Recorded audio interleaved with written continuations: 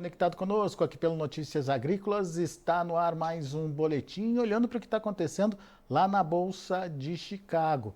E o dia teve mais uma sessão negativa para a soja, quedas de 8 a 10 pontos nos principais vencimentos. Aos pouquinhos a soja vai perdendo força, mas o que é isso? Quais os motivos? É uma tendência? O que a gente pode esperar em termos de precificação aí da soja lá em Chicago e, consequentemente, aqui no Brasil? Quem nos ajuda a responder todas essas perguntas é Eduardo Vanin, lá da Agriinvest. Está aqui já o Eduardo com a gente. Bem-vindo, meu caro. Obrigado por nos ajudar aí mais uma vez a entender o mercado. Um mercado negativo hoje, Eduardo. Motivos? Boa tarde, Alexander. Tudo bem? Muito Bom, bom. soja não está tão bem hoje. Pois é. Enfim, essa semana passada foi boa. Tivemos soja subindo, puxada um pouco antes pelo óleo. O óleo de soja vinha acumulando uma boa alta de mais de 10%. Aí deu uma pausinha e depois o farelo substituiu esse movimento de alta até a semana passada e acabou dando uma força para a soja. E aí, nessa semana, temos dois pontos que tiram força da soja. Primeiro ponto é o próprio farelo. Aí uma questão que envolve o grande comprador de farelo, principalmente aqui do Brasil, a União Europeia. E o outro ponto é o clima, que os modelos agora convergindo para 15 dias, mostrando mais chuvas, temperaturas mais amenas. E isso aí também acabou derrubando a soja. Bom, vamos entender, Vani, por que essa questão da União Europeia interfere no farelo que interfere na soja, né? É, Brasil é um fornecedor importante de farelo de soja para a União Europeia e se contou com o ovo antes da galinha, é isso? Essa história não é nova, ela já vem se desenvolvendo. Então é o que é o chamado mercado. Enfim, quando a gente fala assim de soja, farelo, que daqui a pouco vai virar o mercado do UDR, que é a questão da regulação do deflorestamento que temos para a Europa, que vai entrar em vigor dia 30 de dezembro. E aí surgiu essa semana a possibilidade de extensão desse prazo por um ano para grandes empresas e um ano e meio para médias e pequenas empresas. O que ainda não foi aprovado, tá bom? Tem que se escrever todo enfim, laudo, e isso vai ser apresentado para a comissão e depois a comissão vai votar. Por enquanto, nada mudou, mas o mercado está apostando de que vai haver essa extensão. Aí é importante voltar um pouco antes. O que isso muda? Muda o seguinte, não é nada barato, nada fácil atender a essas exigências. Eu vou dar um exemplo só. Imagina só que eu sou um exportador de farelo. Quer dizer, eu sou uma processadora, uma crusher no Brasil, e vendo farelo para a Europa. E aí é importante dizer, no caso do farelo é super importante para o Brasil, porque vai dar mais ou menos, em 2023, exportamos quase 22 milhões de toneladas de farelo, e a Europa representou 42%. Então é uma paulada, tá bom? Somos os maiores vendedores de farelo para a Europa. E aí como é que... Vamos supor que nada mudou e a partir de janeiro a coisa realmente passa a valer. O que eu tenho que fazer? Eu tenho que comprar a soja de produtores que estão devidamente cadastrados e comprovem que aquela área, aquele talhão, não é nem a fazenda, é o talhão, não foi desmatado a partir de 2020. Pode ter sido desmatado antes, depois não. Ok, consegui, tudo certo. Comprei a soja lá do produtor, trouxe para a minha unidade, processei, virou farelo e agora eu vou levar para o porto. Aí mora uma encrenca. A maioria dos terminais de exportação de farelo do Brasil são silos públicos, silões. Isso em Santos, Paranaguá, mesma forma. Aí, vamos dizer, tem 10 exportadores de farelo que utilizam esse silo. Os 10 têm que estar 100%. Se tiver um errado, que não tem o farelo certificado, rastreado e tudo mais, então quer dizer, aquele lote, aquele volume que está sendo embarcado naquele navio que vai para a Europa, aí não conseguiria atingir aí os requisitos. E a multa é braba. Não é sobre o exportador aqui no Brasil, é o importador lá na Europa. Por exemplo, o suinocultor na Alemanha. Aí ele comprou um navio, esse navio chegou, ele recebeu o farelo, consumiu e, sei lá, de repente descobriu-se que, enfim, esse farelo Era de não área estava desmatada. devidamente cadastrado. Aí esse consumidor lá na Europa vai pagar uma multinha de 4% do seu faturamento anual. É brabo o negócio, tá bom? Então é isso que está em discussão. Isso não é novidade, não surgiu agora, já vem de muito antes. E vamos lá, tem 2 endereços, tá? Aliás, 3. É o Brasil e é a Malásia e a Indonésia, no caso do óleo de palma. Tanto é que, porque há possibilidade de extensão, o prêmio do farelo aqui no Brasil deu uma reagidinha e o óleo de palma subiu também. Muito bem. E em contrapartida, nos Estados Unidos, essa queda que acabou puxando o grão. Então, aí o que tem a ver a paçoca com os Estados Unidos? Bom, assumindo que vamos ter realmente, vai passar a valer a partir aí de 30 de dezembro, quem estaria mais preparado para vender, seja soja, seja farelo, para a Europa? Aí seria os Estados Unidos. E aí, por isso, nós tínhamos na semana passada um chamado short squeeze, um aperto, onde quem está vendido não estava conseguindo originar todo o farelo. E aí nós temos o europeu também, que teria passado a comprar, vamos dizer assim, demandar mais o farelo americano ou a soja americana. Porque daí se entende que os Estados Unidos já estaria mais bem preparado do que o Brasil para atender esses requisitos. E aí o farelo em Chicago foi subindo devido a esse aspecto.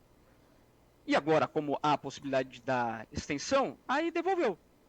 Subiu na semana passada e caiu agora. E aí tem a ver com essa história toda que impacta principalmente o Brasil. Imagina só se o Brasil perde a metade do mercado. Alguma coisa aí perto de 5 milhões de toneladas. A Europa vai continuar comprando de alguém. E aí esse alguém poderia ser os Estados Unidos. Ou a Argentina. Mas enfim. Então veja que temos uma mudança. Que não é nem boa nem ruim. É volume que se troca, mas no curto prazo causa uma volatilidade. Prêmios e futuros também. Pois é.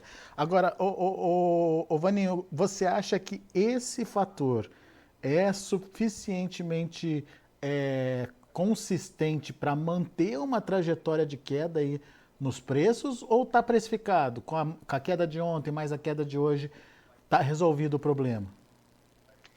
É que os Estados Unidos acabou vendendo um pouco mais a níveis altos. Não é Chicago, tá? É prêmio.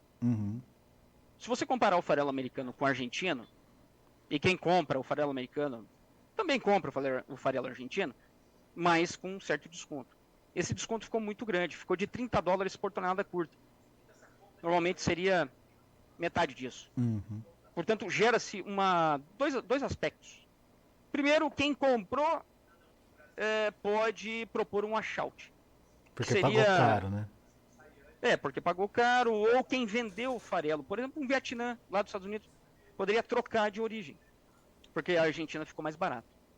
Tudo isso é negociado, tá bom? Não é um cancelamento assim. Cancelei, pronto. Não é assim. É um washout, é um novo contrato. Então gera a possibilidade de vendas feitas antes nos Estados Unidos, elas se reverterem para a Argentina. Lá no USDA vai aparecer como cancelamento, ponto final. Quer dizer, reduz. É negativo para os futuros do farelo. Chicago, né? E o segundo ponto é que a Argentina tá barateza, mais barato inclusive que nós, já fazendo ajuste de qualidade. E por isso, enfim, vai vender mais do que os Estados Unidos, em teoria. Então cabe aí um ajuste, que é principalmente no prêmio, mas o prêmio nos Estados Unidos não está caindo para o farelo. E aí, como o prêmio nos Estados Unidos não cai, o futuro cai. O ajuste está sendo feito de uma forma ou de outra aí, né? De uma forma ou de outra. Boa. Vaninho, clima no Brasil, o que tem de novidade que justificou essa mudança de humor por lá? Bom, como todos sabemos, estava muito quente, muito seco, água no solo inexistente, aquela coisa toda. E pouca chuva até agora. Se olharmos os acumulados muito isolados do Mato Grosso do Sul para cima, e as previsões não eram boas. Mas aí o Laninha está perdendo força e por isso talvez deve estar associado. Aí temos uma possibilidade melhor, mais ou menos, hoje é dia 3, que os mapas estão mostrando mais ou menos assim, a partir do meio da semana que vem, aí vamos ter chuvas mais seguidas. Para a parte toda central do Brasil. Aí vai pegar Goiás, que está bem seco, Tocantins, Bahia, Minas, São Paulo, partes do Mato Grosso do Sul. É isso que os mapas estão mostrando. Só que agora os mapas estão mostrando mais ou menos a mesma coisa. E aí gerou-se mais confiança. Agora, vai acontecer? Não sabemos, né? Clima é clima. Mas o negócio está muito impreciso. Esse que é o ponto interessante. A precisão de todos os modelos para a América do Sul, para o Brasil, tá baixo. Tá assim, 78% de acerto. É ruim, teria que estar acima de 90%. Pois é. Mas é o mercado precificando antes do fato, na verdade, né? Antes do fato. É super, hiper importante. E essa semana que vem, chovendo ou não chovendo, ela define várias coisas para frente. Tanto soja quanto milho. O milho por conta da janela. Milho pela janela do milho safrinha, que vai ficando comprometida. Quanto mais pior. O algodão safra, oeste do Mato Grosso, tem que plantar o quanto antes essa soja, para não atrasar a janela do algodão. E a própria soja, porque se continua não plantando, ou devagar, não temos quebra. Uhum. Foi plantado pouco, não temos quebra. O que nós temos é um atraso no Brasil. Quer dizer, o importador que quiser um BL, quer dizer, um embarque em janeiro, ou primeira quinzena de fevereiro, não vai ter no Brasil. Aí vai ter que ir para os Estados Unidos. Sim ou sim. Portanto, daí daria para esticar um pouco mais essa massa, o programa de exportação americano. E o contrário é verdade também. Se começar a chover bem, vai plantar rapidão com essas máquinas enormes aí que nós temos hoje. E aí, balbal. Aí, enfim, é só esperar. O Brasil vai vir vender bastante soja para segunda quinzena de fevereiro, março, muito, abril, muito. E aí muda o jogo. Você falou que ainda não interfere no potencial de produção. Com qual número vocês estão trabalhando aí na Agrinvest para a safra? 166, 167, por aí. Um crescimento de área de 600 mil hectares. Outros trabalham com um crescimento maior, de 1 milhão, 1 milhão e 200. Esse é o fator de diferença entre as projeções. Quanto que é a área? Quanto que ela cresce? Veja que a Conab fez um ajuste na área e meio desapercebido, mas ela fez um ajustão aí, onde ela usava uma área muito pequena, sendo que os departamentos estaduais, seja a Deral, seja a FamaSul, não sei se é a FamaSul lá no MS, ou a ProSoja do MS, Goiás, aí já trabalham com uma área maior do que a Conab para esses estados. Foi feito um ajustão aí a Conab vem com um potencial grande também, de 1,67, algo assim. Por quê? Fez um ajustão na área. Esse número consolidado, ele preocupa? De novo, a gente vê aquele risco de super estoques? Aonde é a pergunta? Não é super estoque, mas assim, super estoque aonde? Onde teremos esse super estoque? Super não, mas um estoque maior. E aí, esse onde, ele pode mexer no prêmio, ou ele pode mexer em Chicago. E aí é uma pergunta que todos têm que se fazer. Quem é que tem mais capacidade de carregar grandes estoques de soja? Não é o Brasil. A gente mal consegue colher e tirar do campo e levar pro porto, né? Tem dois motivos, tá, Alexander? Tem 2 motivos. Aliás, eu diria 3. Porque o Brasil não tem essa vocação de carregar estoques. O primeiro tem a ver, claro, esse é evidente, todo mundo sabe, questão da capacidade de armazenagem. E aí envolve que o Brasil é o único país na galáxia que tem 2 safras. Portanto, você tem, eu sou produtor, por exemplo, tenho lá o meu silo, e, enfim, amigos, esse silo ele serve para soja e depois para o milho. E aqui no Paraná poderia ser soja, depois o trigo. Mas eu tenho que movimentar essa soja para alguém. E se for a cooperativa, da mesma forma. Enfim, porque temos essa configuração, então nós precisamos estar sempre movimentando o grão mais rápido do que os outros. Argentina, Estados Unidos. Esse é o primeiro ponto. Segundo ponto são os compromissos logísticos cada vez maiores. Aí são os exportadores. Sim ou sim, ele tem que movimentar. Então, quer dizer, mesmo o produtor não querendo, ele vai precisar o exportador vai ter que movimentar. Seja a soja, seja o milho. E o terceiro é a qualidade. Essas produtividades, essas variedades que o Brasil hoje tem, que são um colosso de produtividade, de onde vem o peso? É do óleo. Essa soja ela tem mais óleo do que o histórico. E tendo mais óleo, isso não é um... eu vou dizer aqui uma coisa, algum especialista pode dizer que não, isso não está provado ainda. É verdade, mas os produtores constatam que é o seguinte: essa soja ela está fermentando antes, ela está rancificando antes. Mesmo num silo vertical muito bem armazenado e tudo mais, pelo calor, pela noite muito quente, não está dando para segurar essa soja por muito tempo. Ela perde qualidade. Quer dizer, eu tenho que vender. Claro que não é a realidade do Paraná, sul do MS, Rio Grande do Sul. Não, eu estou falando do Mato Grosso, Tocantins, Pará, Rondônia, Mapitobá. Aí o bicho pega. Ele tem que sair. Aí é qualidade. Então veja, o Brasil não tem como segurar. E aí, tendo um tamanhão de safra desse, 166, 167, nós podemos ter um programa de exportação de 105, 107 milhões. E aí, abraço para os Estados Unidos.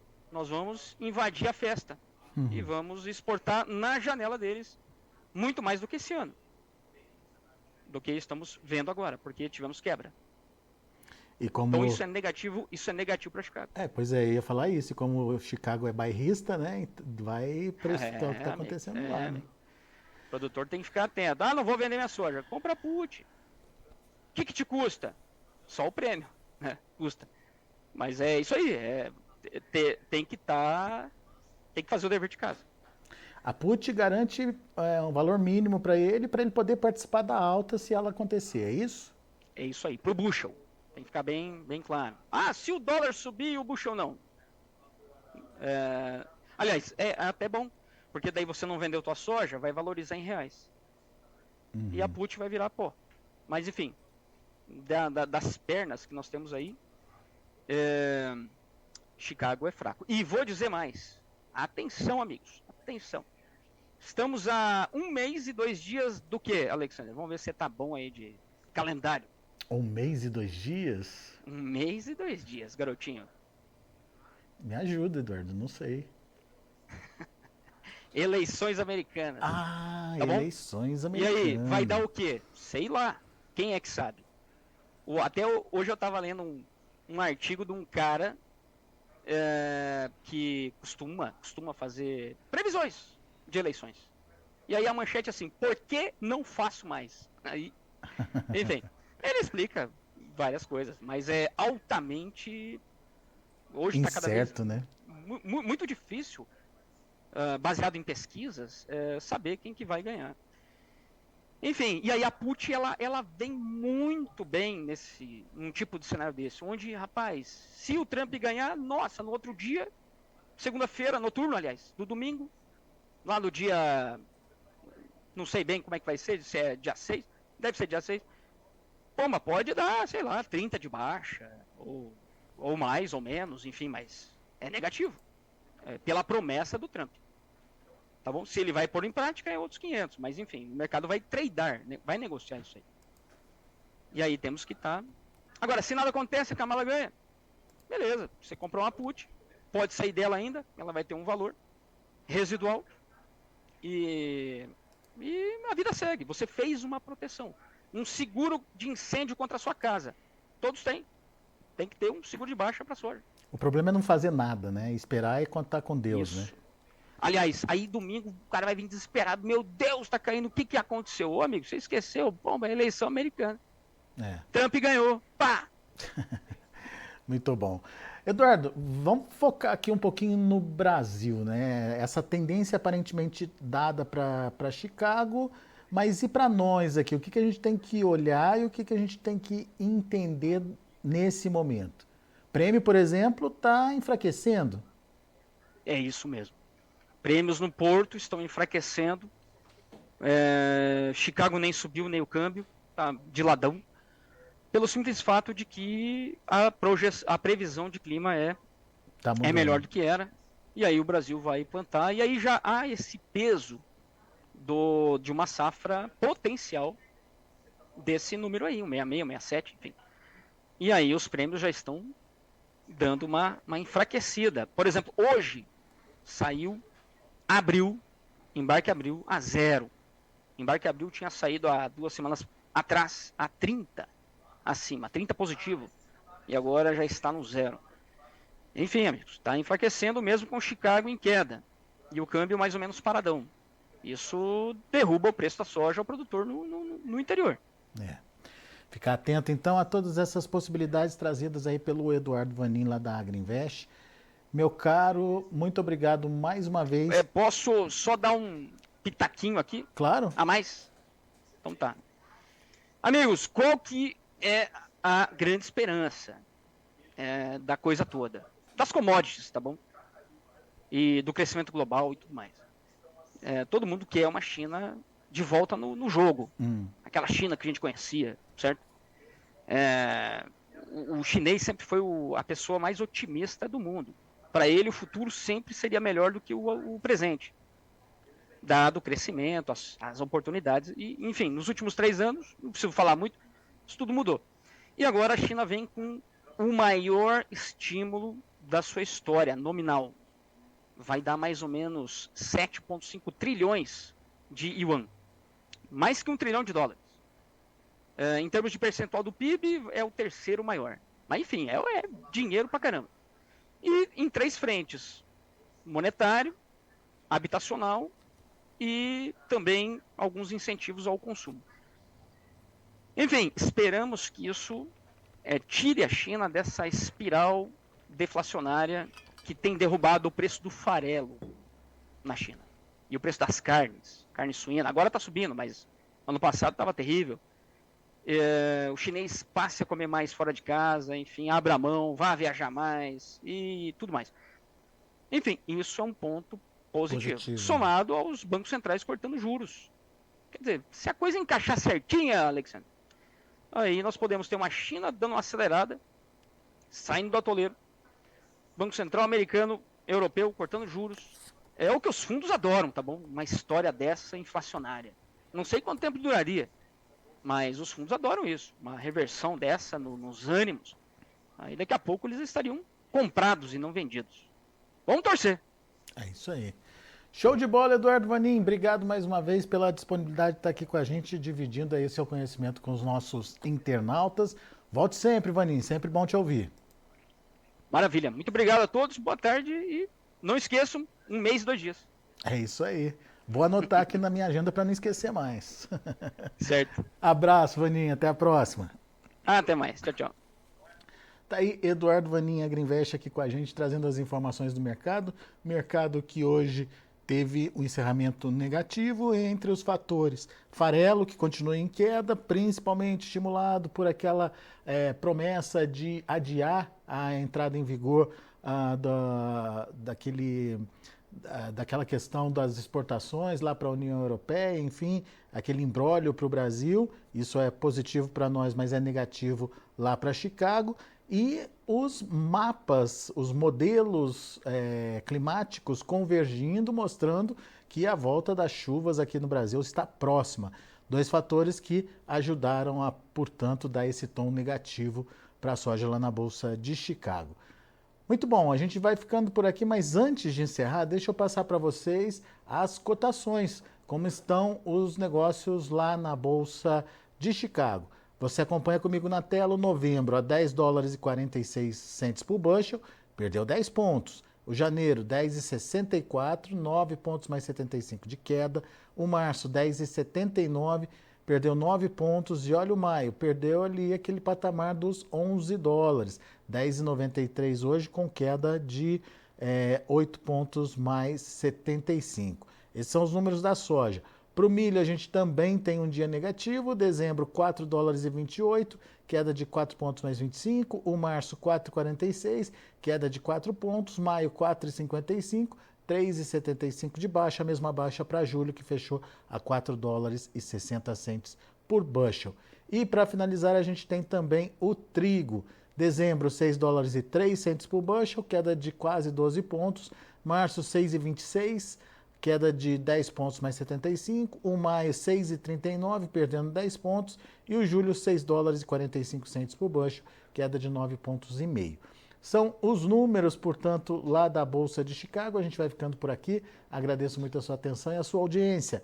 Notícias agrícolas e informação agro relevante e conectada.